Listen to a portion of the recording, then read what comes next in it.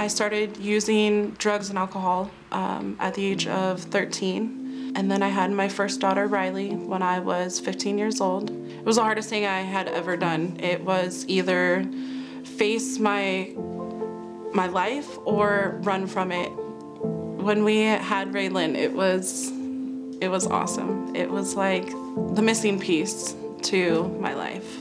And then I don't know, I lost it. I lost myself somewhere along the way.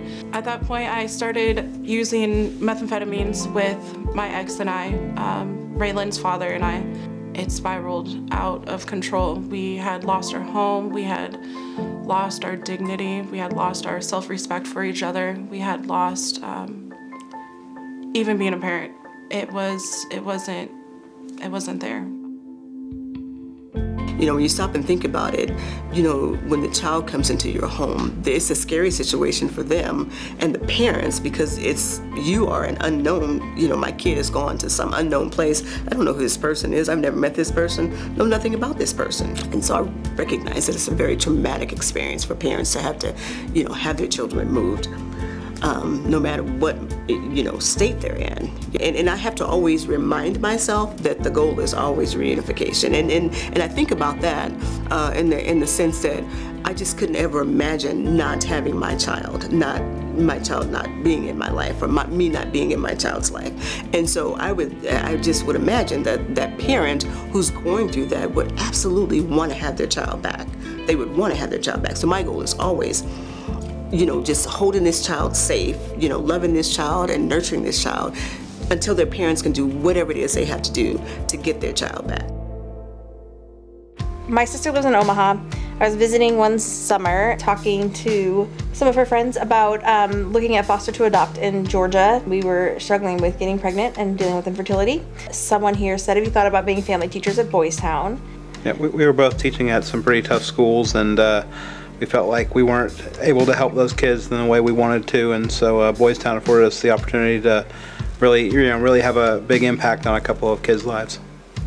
Andre was placed in our house a little over 2 years ago. He is one of the sweetest, kindest kids that we have ever known. Me going back into foster care was like the 5th time or something that it had happened. So I knew, well, this time there wasn't just going to be, oh, we get to go back with our real mom. I knew that I wasn't going to be able to go home, so like I wanted something that I actually liked and I loved. So that's when I asked them, would they adopt me? Kids need to know that they belong to the family. They need to know that they're a part of the family. They need to know that you care about them. You know, one of the cool things about being a foster parent is sometimes you actually get to keep a relationship with the families after they're gone. And so we remain another support system for those children and for those families. So we remain their forever home, even if we don't officially adopt them. You can't help but love them. You care about them, and you care about their parents as well.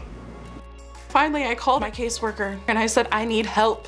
I need help, Kathy. I don't know what to do. I need your help. And she said, it's about time.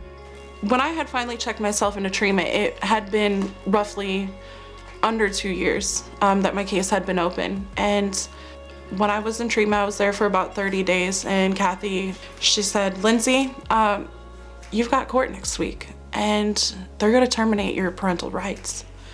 I went into court and the judge said, we're gonna give you another shot. PromiseShip was there to walk the path with me. They held my hand, they guided me to where I needed to go. They were completely supportive, even when I needed to hear, you know, you're not doing it, you know, to the ability that you could. They were still there to give me the extra oomph and the extra courage and the strength to let me know that I was on the right path. Boys Town has not had any family teachers adopt their youth before.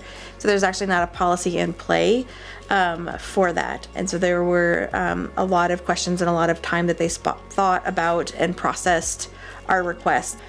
PromiseShip was Andre's caseworker from the very beginning. Libby, she went to bat for for everything behind the scenes and really helped to get the paperwork written in the way it needed to be written and not let red tape get in the way of Andre having a family and us having a son. So that was the biggest part.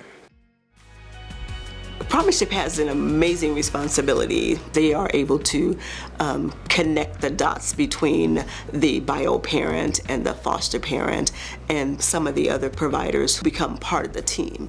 And so they do this by way of their family team meetings that they have every month. We always start those meetings off with what's going well. I think that should give the bio parent a boost and help them feel good. Because I would just imagine that coming into one of those meetings probably initially is very uncomfortable for them. And so it's a way of us saying, hey, we're all here to help you and your children become reunified. And so that's the goal.